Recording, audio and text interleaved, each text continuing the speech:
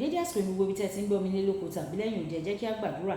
Ọlọ́run ayérayé bàbá wa tí ń bẹ ní ọ̀run, a dúpẹ́ fún àánú ńláńlá tí a rí gbà ọ́ láti tún rí ọjọ́ ìṣẹ́gun mìíràn nínú oṣù kẹta. A ṣe yín lọ́ba Ọlọ́run aláàánú wa, Ọlọ́run tí kò jẹ́ kí ibi kí ó bá wa, a kò dẹni àkọlẹ̀bọ̀. Ibo la máa wálẹ̀ tá a máa bò mọ́, Ọlọ́run tí kò jẹ́ kó jẹ́ ìpín wa. Gbogbo ìyìn àti ọlá ní forúkọ yín. A ṣe yín lọ́ba ọ̀rọ̀ náà tí a gbọ́ lẹ́nu kó ṣe ayé àti ọkàn wa ní ire, kó má ṣe lòdì sí wa ní ọjọ́ ìdájọ́, nítorí tí a gbàdúrà ní orúkọ Jésù Olúwa wa. Àmín àmín ní orúkọ Jésù. Ìwé ọ̀run ṣíṣí tí a ti ọwọ́ olùṣọ́ àgùntàn Enoch Adeboye kọ, èní ọjọ́ ìṣẹ́gun ọjọ́ 19 oṣù kẹta. Àkòrí tí a ó gbé yẹ̀wò sọ wípé agbára àjíǹde rẹ̀, agbára àjíǹde rẹ̀. Àmú àkọ́sórí wa nínú ìwé Éfésù orí ìkíní ẹsẹ̀ 19. Ìwé Éfésù orí ìkíní ẹsẹ̀ 19 tí ó kà báyìí pé àti agbára rẹ̀ tí ó tóbi jùlọ sí àwa tí a gbàgbọ́ gẹ́gẹ́ bí iṣẹ́ agbára rẹ̀. Nígbà tí a mú bíbélì kíkà wa nínú ìwé Róòmù orí ìkẹjọ ẹsẹ̀ 10 títí dé ẹsẹ̀ 14. Ìwé Róòmù orí ìkẹjọ ẹsẹ̀ 10 títí dé ẹsẹ̀ 14 tí ó kà báyìí pé bí Kristi bá sì wà nínú yín, àwa jẹ́ òkú nítorí ẹ̀ṣẹ̀, ṣùgbọ́n ẹ̀mí yóò jẹ́ ìyè nítorí òdodo. Ṣùgbọ́n bí ẹ̀mí ẹni tí ó jí Jésù dìde kúrò nínú òkú bá ń gbé inú yín, ẹni tí ó jí Kristi Jésù dìde kúrò nínú òkú yóò fi ẹ̀mí rẹ̀ gbé inú yín, yóò sọ ara kíkú yín di ààyè pẹ̀lú. Ǹjẹ́ nítorí náà, ará, ajígbèsè ni àwa o, kì í sì ṣe ara ni a jẹ ní gbèsè tí a ó fi máa wà nípa ti ara. Nítorí bí ẹ̀yin bá wà ní ti ara, ẹ̀yin yóò kú. Ṣùgbọ́n nígbà tí ẹ̀yin bá ba iṣẹ́ ti ara run, ẹ̀yin yóò yè. Nígbà tí ẹ̀yin bá pa iṣẹ́ ti ara run, ẹ̀yin yóò yè. Nítorí iye àwọn tí ó ṣe amọ̀nà fún láti ọ̀dọ̀ ẹni Ọlọ́run wá, àwọn ní í ṣe ọmọ Ọlọ́run. Kí Olúwa kí ó bùkún kíkà àti gbígbọ́ rẹ̀. Wàyí ẹ jẹ́ kẹ́tẹ́ síbẹ̀lẹ̀ jẹ́ láti gbọ́ ohun tí olùṣọ́ àgùntàn Enoch Adeboye ní fún wa ní èní ọjọ́ ìṣẹ́gun.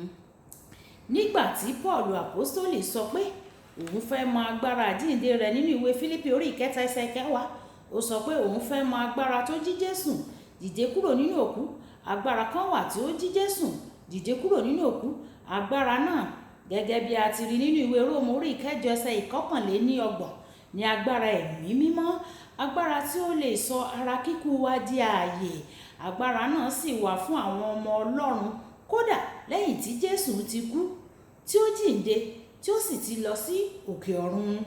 Ohun tó tóbi ni láti gba ìrìbọmi ẹ̀mí mímọ́. Ẹ̀wẹ̀, ìrírí àti ìbápàdé kan wà tó ju kí a fi ẹ̀mí mímọ́ baptize rẹ lọ. Nígbà tí a bá fi ẹ̀mí mímọ́ baptize rẹ, ìwọ yóò fi èdè tuntun sọ̀rọ̀. Ṣùgbọ́n fífi èdè tuntun sọ̀rọ̀ kò tó. O ní láti gba ìrìbọmi iná. Fífi èdè sọ̀rọ̀ rẹwà gan ni lóòótọ́. Mo sì lù ọ́ lọ́gọ ẹnu láti máa ṣe bẹ́ẹ̀ o. Ṣùgbọ́n o kò lè lọ sí àwọn orílẹ̀-èdè kan, wọ inú ọjà wọn, kí o sì bẹ̀rẹ̀ sí ní fèdè fọ̀, kí o wá rò pé wàá jèrè ọkàn fún Kristi. O lè pàdánù orí rẹ tàbí kí o lọ lo ìyókù ayé rẹ lẹ́wọ̀n o. O nílò iná ẹ̀mí mímọ́. Yálà o gbàgbọ́ tàbí o kò gbàgbọ́, gbogbo agbára tó wà lọ́run àti ayé àti lábẹ́ ilẹ̀ ó ń tẹríba fún agbára tó jí Jésù dìde kúrò nínú òkú. Ìdí nìyí tí ayé fi ń bẹ̀rù ìjọ tó ń ṣe àtẹnumọ́ ẹ̀mí mímọ́ àti ìfèdèfọ̀. Tí ẹnìkan bá wá tí ẹ̀mí èṣù fẹ́ gbèdè, tí ẹnìkan bá wá tí èṣù kò fẹ́ kí ó dìde, ẹnìkan wà tí èṣù kò fẹ́ kó dìde. Jésù Kristi náà ni ẹni náà, nítorí pé ó mọ̀ pé tí Jésù bá jí dìde kúrò nínú òkú, òun gbé o. Èṣù mọ̀ wípé òun gbé. Ẹ̀wẹ̀, agbára tí jí Jésù láti inú òkú ó lágbára gan débi pé pẹ̀lú ohun gbogbo tí èṣù gbìyànjú nínú ìwé Mátíù orí ìkẹtàdínlọ́gbọ̀n ẹsẹ̀ ìkejìléníọgọ́ta títí dé ẹsẹ̀ ìkẹrìndínláàádọ́rin Jésù pàápàá jíǹde kúrò nínú òkú. Ó ga ju gbogbo ìjọba àti agbára àjíǹde rẹ̀ kúrò nínú òkú. Ó ṣílẹ̀kùn fún ìwọ àti èmi náà láti ga jù wọ́n lọ. Ìwé Éfésù orí ìkejì ẹsẹ̀ ìkẹfà sọ pé ó ti jí wa dìde pẹ̀lú rẹ̀, ó sì ti mú wa wà jókòó pẹ̀lú rẹ̀, ó sì mú wa wà jókòó pẹ̀lú rẹ̀ nínú àwọn ọ̀run nínú Jésù Kristi.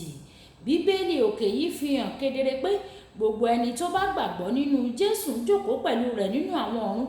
Níwọ̀n bí o bá ti mọ agbára tí ó jí Jésù dìde kúrò nínú òkú, kò sí àjẹ́, kò sí oṣó, kò sí ẹ̀mí òkùnkùn, kò sí agbára kágbára tó lè borí rẹ o.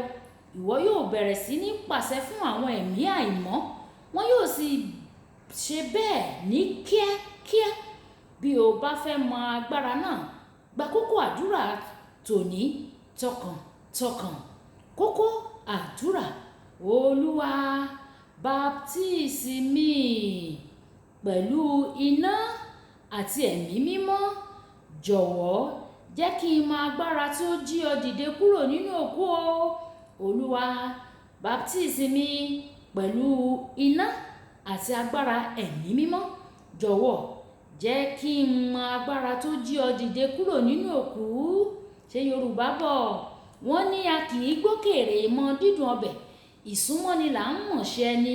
Tí a bá mọ agbára tó jí Jésù Kristi dìde kúrò nínú òkú, àwa náà yóò mọ̀ wípé a kì í ṣe ènìyàn lásán.